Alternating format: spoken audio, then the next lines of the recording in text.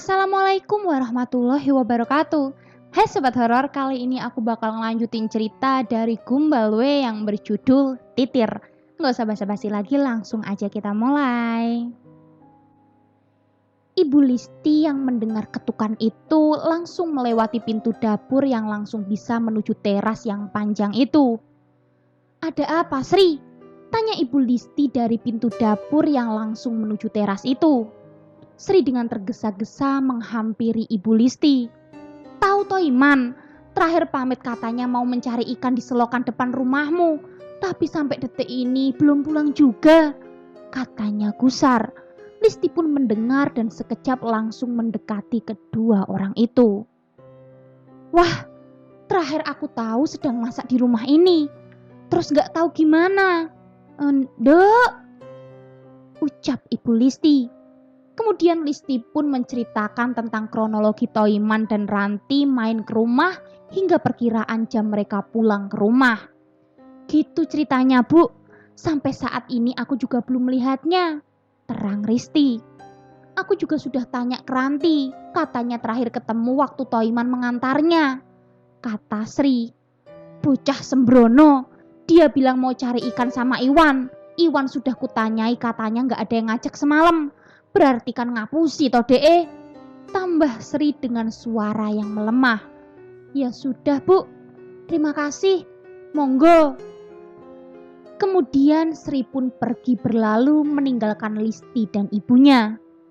Anak itu emang sembrono, ucap Ibu Listi yang tiba-tiba membuat Listi teringat akan mimpinya semalam. Apa gara-gara mencari Titir, Bu? Tanya Listi tiba-tiba yang membuat ibunya syok dan mendekati ke Listi. Tahu dari mana kamu soal itu? Tanya ibunya serius. Taiman bilang ke aku waktu masak kemarin soal Titir, Bu. Tapi dia gak ngomong kalau mau cari asal suara itu. Dia hanya bilang enak kalau cari ikan malam-malam setelah habis hujan deres. Jawab Listi yakin. Bentar-bentar, ayo duduk sini. Seberapa tahu kamu soal Titir? Tanya Ibu Listi kemudian duduk di sebelah Listi duduk. Listi pun menceritakan dari awal hingga akhir tanpa ada satu pun yang ia tutupi. Ekspresi ibunya juga berubah menjadi khawatir dan sedikit ketakutan setiap kali kata Titir terucap. Malam pun kembali datang, menawarkan ribuan keheningan. Kali ini tidak ada hujan. Yang ada hanya cahaya dari tiap-tiap rumah dan beberapa obor yang dibawa warga untuk mencari Toiman. Ya sudah, aku berangkat dulu ya, ucap ayah Listi kemudian membawa sarung yang dikalungkan dan menyalakan obornya. Mau nyari di mana, Mas? Tanya Ibu Listi.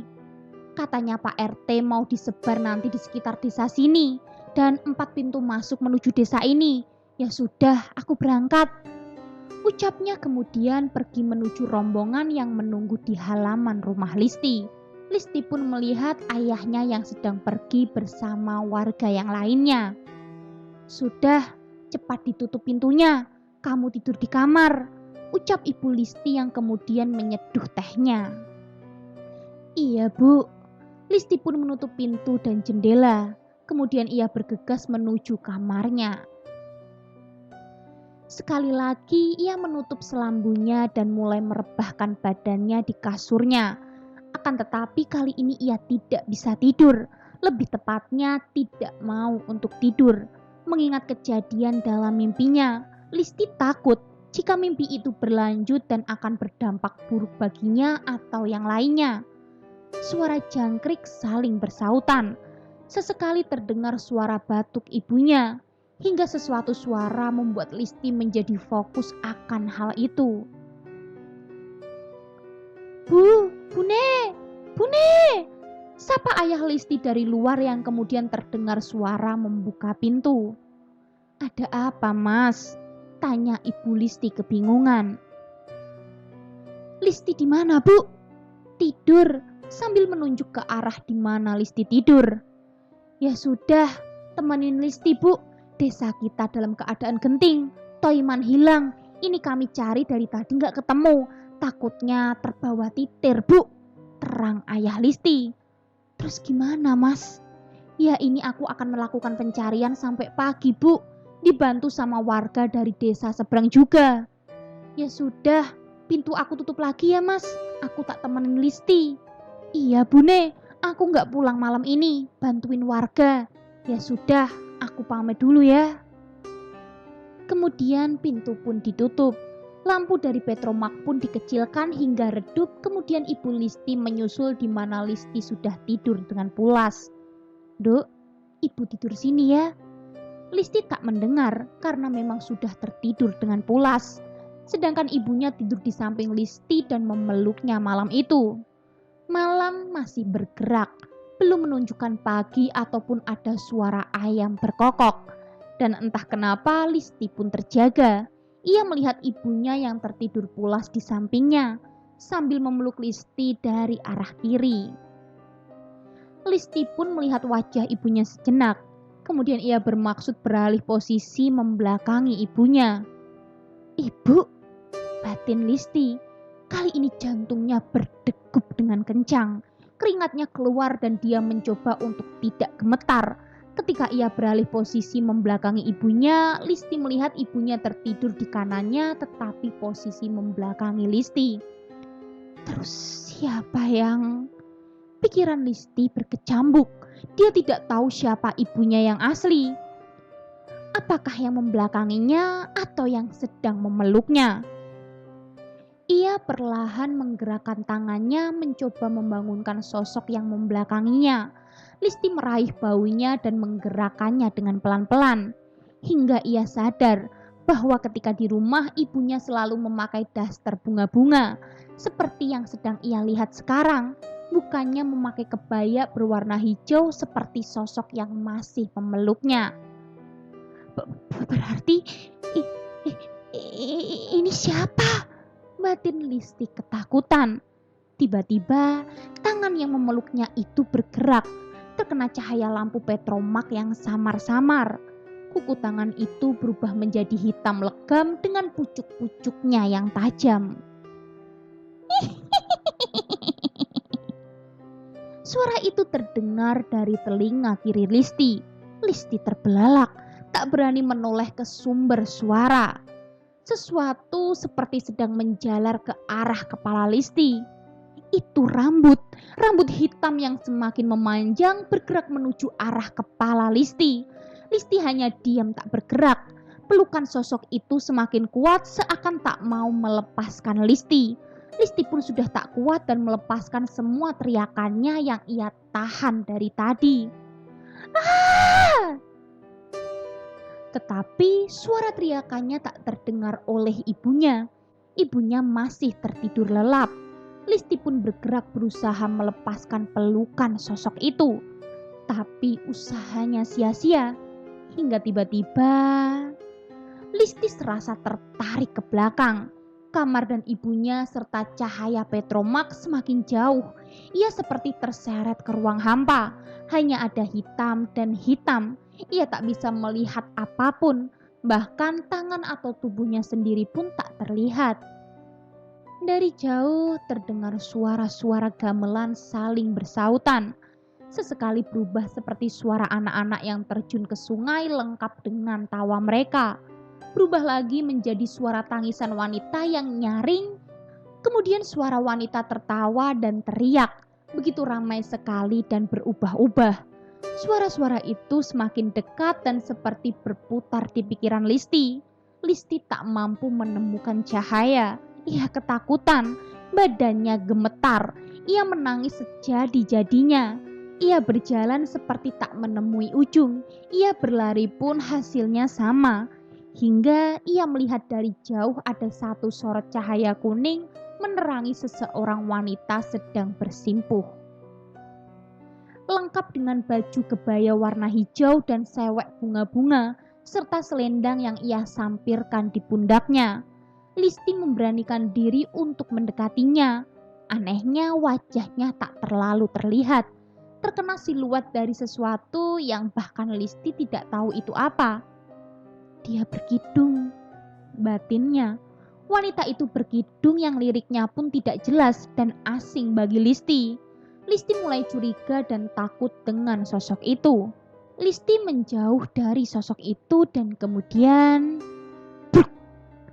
Listi menabrak sesuatu di belakangnya. Sontak Listi menoleh. "Mau kemana kamu, anak cantik?" teriak wanita yang tadi duduk bersimpuh di bawah sorotan cahaya. Listi pun segera menjauh dan melihat.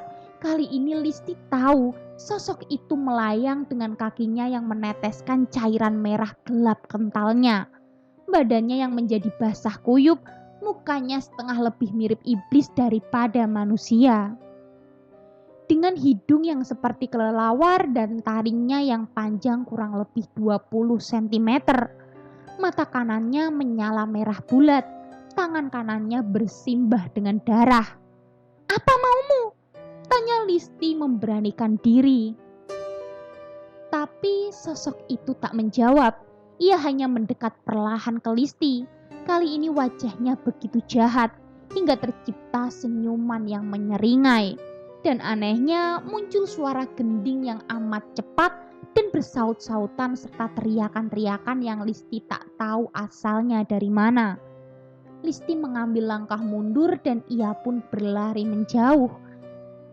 Sosok itu masih bergerak mengejar Listi yang berlari sekencang-kencangnya tanpa tahu arah dan tujuan. "Listi, kesini!" Suara teriakan itu tak asing bagi Listi. Listi pun menoleh ke arah suara itu. "Toiman! Sini, cepetan!" Segera Listi pun berlari menuju Toiman. Kemudian Toiman pun membawa Listi seperti ke arah antara pohon beringin yang besar, yang belum pernah ia lihat sebelumnya. Mereka berdua terus berlari. Toiman pun masih menggenggam erat tangan Listi dan yang satu lagi berada di belakangnya. Kurang lebih 5 menit berlari, Toiman pun tiba-tiba berhenti di tepi sungai dengan aliran yang cukup tenang dan jernih. Listi mulai sadar bahwa mereka sudah berada di sumber air, salah satu jalan masuk ke desanya. "Toiman!" ucap Listi yang seketika membuat Toiman melepas genggamannya. Ia menoleh ke arah Listi tanpa mengatakan sepatah kata pun. "Apa yang sebenarnya terjadi?" tanya Listi yang tiba-tiba keluar air matanya. "Toiman!" ucap Listi dengan nada agak meninggi. Sekali lagi, Toiman hanya terdiam saja dan hanya memandang Listi. Kemudian Toiman pergi ke sumber air, mengambil air itu dengan kedua tangannya. Kemudian ia mencipratkan ke muka Listi. Listi pun kaget, rasanya seperti terkena cahaya petir, hingga semuanya menjadi gelap gulita. Terdengar suara seperti memanggil-manggil namanya. Listi pun membuka matanya. Listi pun membuka matanya perlahan. Dan betapa terkejutnya Listi. Ia sudah berada di ruang tamu dengan tangan dan kaki yang dipegangi oleh warga sekitar. Ia melihat ibunya yang menangis sambil meneriakkan namanya, kemudian langsung memeluk Listi dengan erat. Ayahnya juga melakukan hal yang sama. Listi masih bingung dengan apa yang terjadi. Listi pun segera dibawa ke kamarnya dan diberi minum, dan kemudian salah satu warga sedang mengoleskan sesuatu di telapak kaki Listi. Listi masih kebingungan dan tidak tahu apa yang sedang terjadi. "Ada apa, Bu?" tanyanya polos. Ibunya hanya bisa menangis. "Gini, Nduk, tadi kamu kerasukan sesuatu," ucap ayah Listi singkat. "Tapi sudahlah, sekarang kamu tidak apa-apa. Bapak dan ibu bersyukur sekali," imbuhnya. Listi masih seperti orang bingung, ditambah dengan tatapan mata kosongnya. Singkat cerita, malam itu warga pun dibagi menjadi dua. Setengah menetap di rumah Listi dan sekitarnya, dan sisanya mencari keberadaan Toiman yang sampai saat ini tidak diketahui keberadaannya. Pagi pun datang. Beberapa warga yang ada di rumah Listi dari semalam kembali ke rumah mereka masing-masing. Listi masih seperti orang linglung dan sekarang masih berada di dalam kamarnya. Sedangkan ayah dan ibunya berada di depan kamar dengan selambu yang dibiarkan terbuka. "Gimana, Pak?" tanya ayah Listi ke seseorang yang berada di rumahnya. "Katanya tadi masih belum ketemu, Mas. Ini keluarganya masih mencari. Takutnya kalau hanyut," jawab orang itu. "Ya sudah, saya permisi dulu. Mari," imbuhnya. "Iya, terima kasih, Pak," kata ayah Listi. "Gimana, Mas? Ketemu?" tanya ibu Listi. "Masih nihil, Bune," jawab ayah Listi. "Apa jangan-jangan..." "Hush! Tapi Mas, kalau mau nggak percaya tapi tanda-tandanya sudah jelas," kata ibu Listi. Ayah Listi pun terdiam, seakan memikirkan semua rentetan yang telah terjadi, termasuk apa yang menimpa anaknya itu. "Apapun yang terjadi, aku nggak mau Listi nasibnya seperti Joko," kata ibu Listi terbata-bata sambil menahan air matanya. "Memang siapa, Bu, yang mau hal itu terulang lagi?" Ayah Listi pun berdiri dan berpindah di kursi panjang di ruang tamunya. Tiba-tiba Listi pun beranjak dan menyela pembicaraan ayah ibunya. "Bu, Pak, Titir," ucapnya yang membuat orang tuanya kaget dan kemudian menarik Listi dan didudukan di kursi ruang tamu. "Seberapa tahu kamu soal Titir?" tanya ayahnya kaget. Sekali lagi Listi menceritakan semua kejadian dari awal hingga akhir di mana ia bertemu dengan Toiman. Ayah dan ibunya kaget dan tidak menduga akan hal seperti itu. "Harus diakhiri, ini kalau diteruskan bisa-bisa bahaya," ucap ayah Listi yang kemudian berdiri dari duduknya. "Mau kemana, Mas?" tanya ibu Listi kaget. "Aku mau ke rumah Pak RT, memberikan informasi ini dan akan segera dilakukan pencarian saja." Kemudian ayah Listi pun bergegas pergi ke rumah Pak RT, meninggalkan istri dan anaknya di rumah. "Bu, tolong katakan soal perginya Mas, Bu," pinta Listi tiba-tiba. Ibunya terhenyak. Kemudian ibunya bercerita. "Namanya Joko. Dia kakakmu." Ibunya menceritakan mendiang Joko dan bagaimana ia bisa meninggal dan semuanya yang ibu dan ayahnya ketahui. "Ya, semua berawal dari Cerita ibu Listi terpotong tatkala mendengar suara ramai-ramai orang di depan rumah mereka. "Ada apa, Pak? Bu?" tanya ibu Listi kaget. "Anaknya Pak Samsuri, Ranti, hilang dari semalam," jawab salah satu warga. Listi yang mendengar hal itu pun langsung menyusul ibunya dan melihat warga desa sedang panik. "Gimana, Mas?" tanya ibu Listi. "Ranti hilang, Bune, dari semalam. Katanya mau ke kamar mandi, terus gak kembali sampai sekarang," jawab ayah Listi. "Aku tadi sudah bertemu Pak RT. Beliau menyuruh salah satu warga sedang memanggil orang pintar buat ngebantu menemukan dua anak itu, Bune," imbuhnya. Singkat cerita, hari itu sangat ramai sekali karena dua anak hilang dalam waktu dekat dan semua itu terjadi di luar nalar manusia pada umumnya. Listi saat itu hanya bisa menunggu kabar dari warga sekitar yang mencari dua temannya itu. Petang pun mulai menghampiri. Warga pun berkumpul di halaman rumah Listi karena tempatnya paling luas. Obor-obor sudah mulai dinyalakan.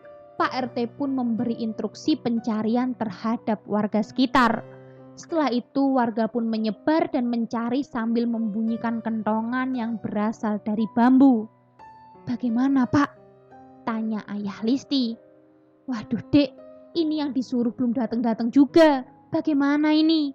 jawab Pak RT gusar. "Mungkin sedang dalam perjalanan, Pak," ucap ayah Listi menenangkan Pak RT. Tiba-tiba seseorang warga pun tengah berlari menuju ke Pak RT dengan wajah yang panik. "Lek Karman, Pak! Lek Karman! Ada apa? Sudah datang?" tanya RT itu.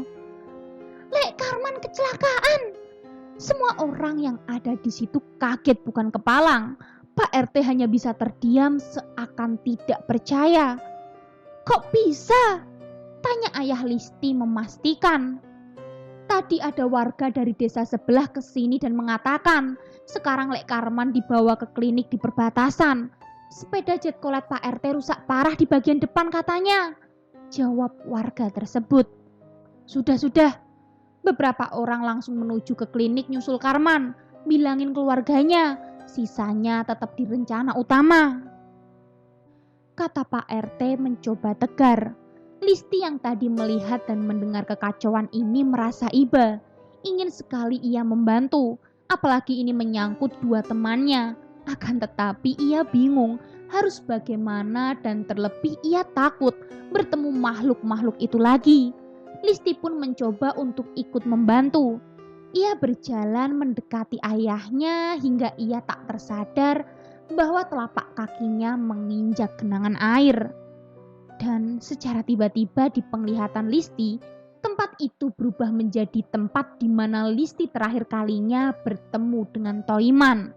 Listi bingung, ia melihat ke sekeliling dan benar saja ia kembali ke tempat di mana ia bertemu dengan Toiman terakhir kalinya. Kenapa kembali ke sini lagi? Tanya Toiman yang duduk di atas batu dekat pohon beringin di sumber air itu. Ranti hilang, kata Listi.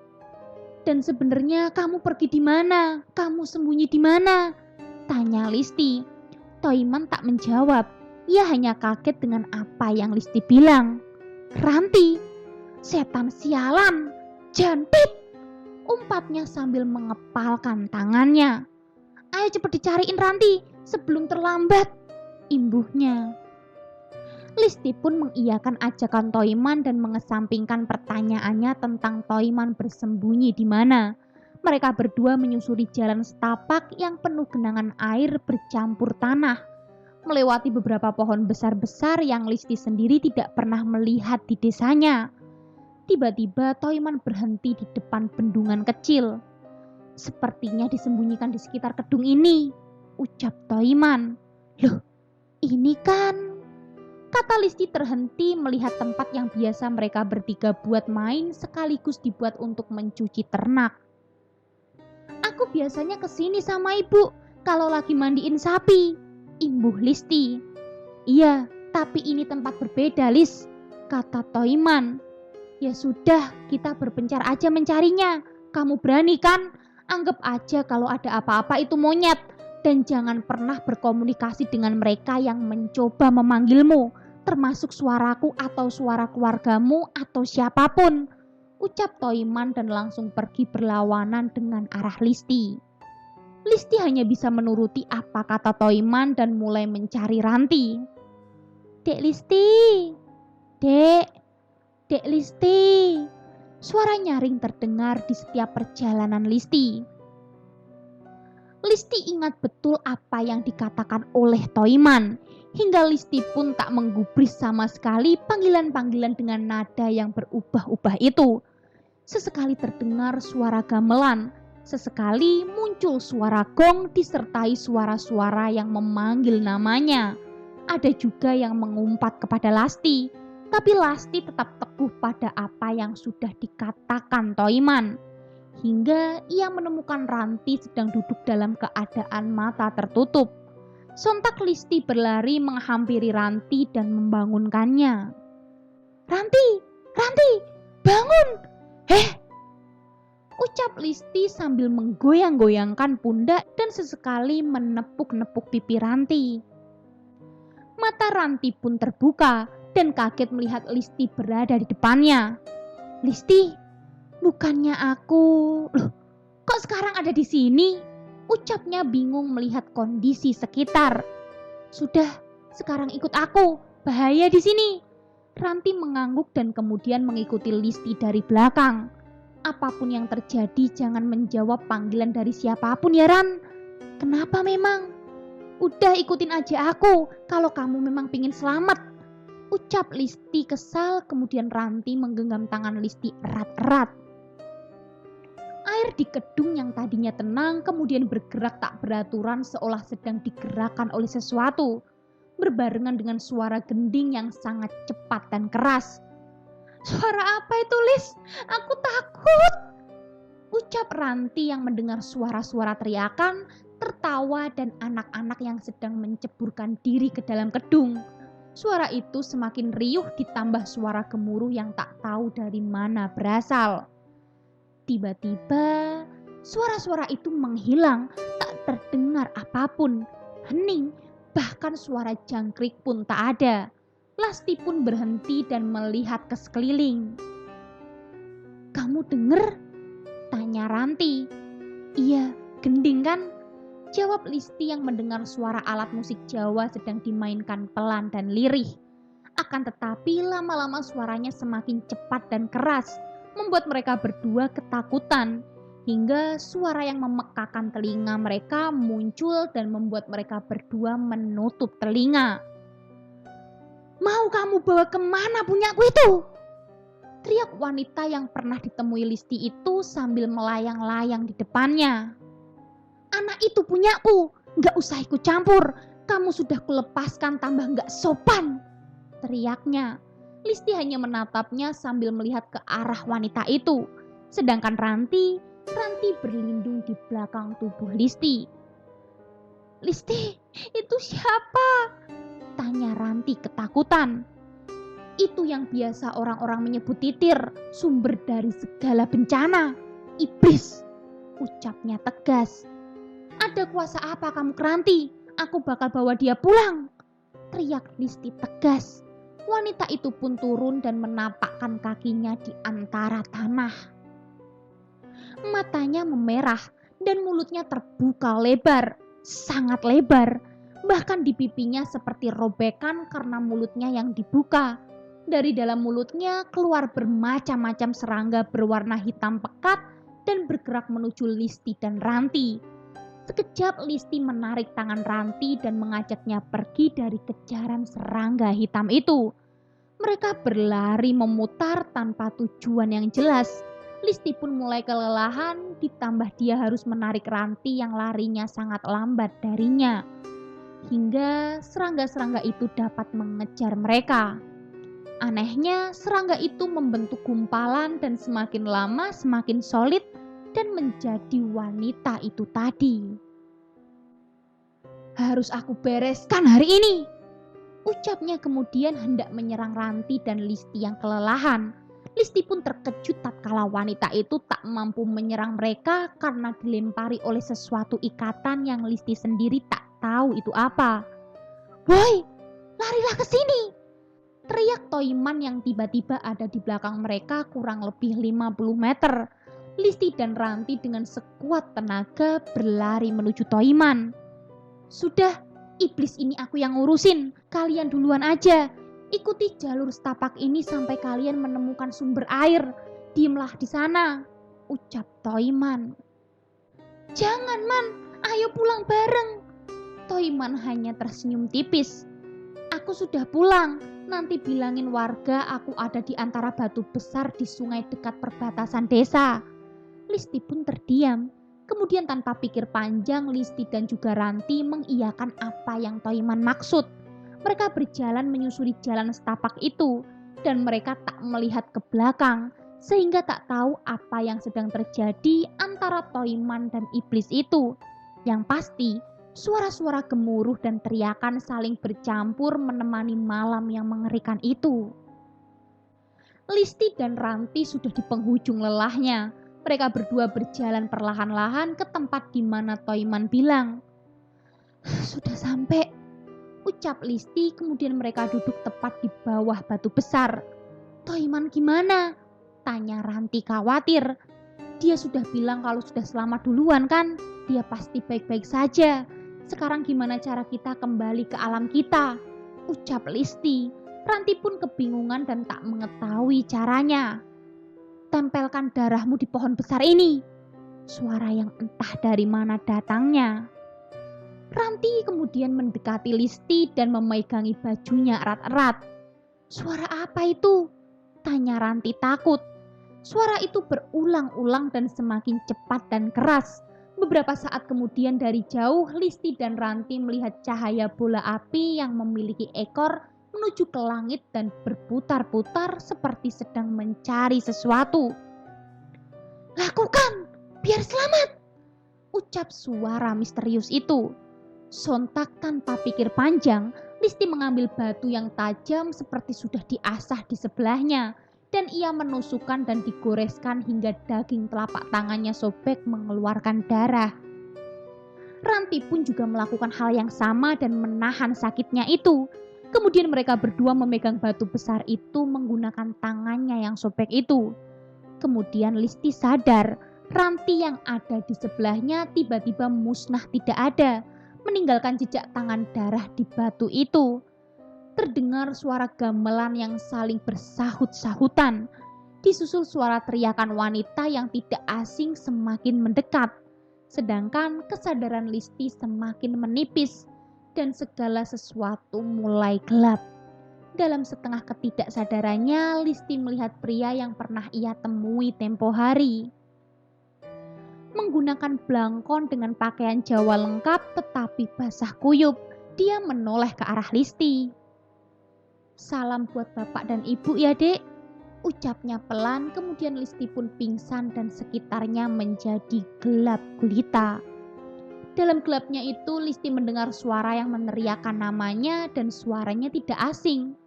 "Bapak, ibu!" teriaknya dan matanya terbuka. Listi melihat orang-orang sedang melihat Listi. Listi melihat ke orang tuanya yang menangis memeluknya, dan beberapa orang yang memegang tangannya mulai melepas tangannya. "Ini di mana, Pak?" tanya Listi heran karena perasaan tadi ia berada di rumah saat berpindah alam. Ayah ibunya tidak menjawab pertanyaan Listi. Mereka hanya memeluk dan menangisi Listi. Listi pun melihat banyak obor yang dipegang warga saat itu, dan baru menyadari bahwa ia berada di sumber air di mana ia terakhir bertemu dengan Ranti. Singkat cerita, mereka kemudian membawa Lasti kembali ke rumahnya. Lasti saat itu digendong di belakang oleh ayahnya.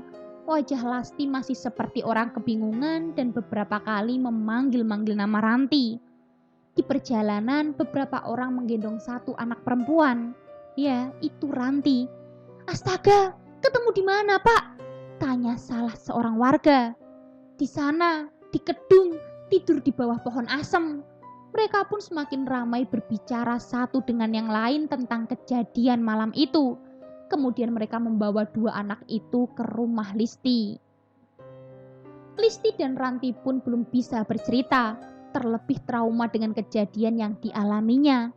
Sedangkan warga masih penasaran dengan apa yang terjadi, sehingga di sana ramai sekali warga desa tersebut. Keesokan harinya, pagi-pagi sekali, Ranti masih tertidur ditemani keluarganya. Sedangkan Listi bangun dan memberitahu ayahnya soal keberadaan Toiman. "Toiman masih hidup, Pak. Dia berada di bebatuan dekat perbatasan desa," ucapnya tiba-tiba yang membuat ayah dan para warga sekitar yang sedang berjaga berdiri dan langsung melihat ke arah Lasti. "Tahu dari mana kamu, Nduk?" tanya seorang warga.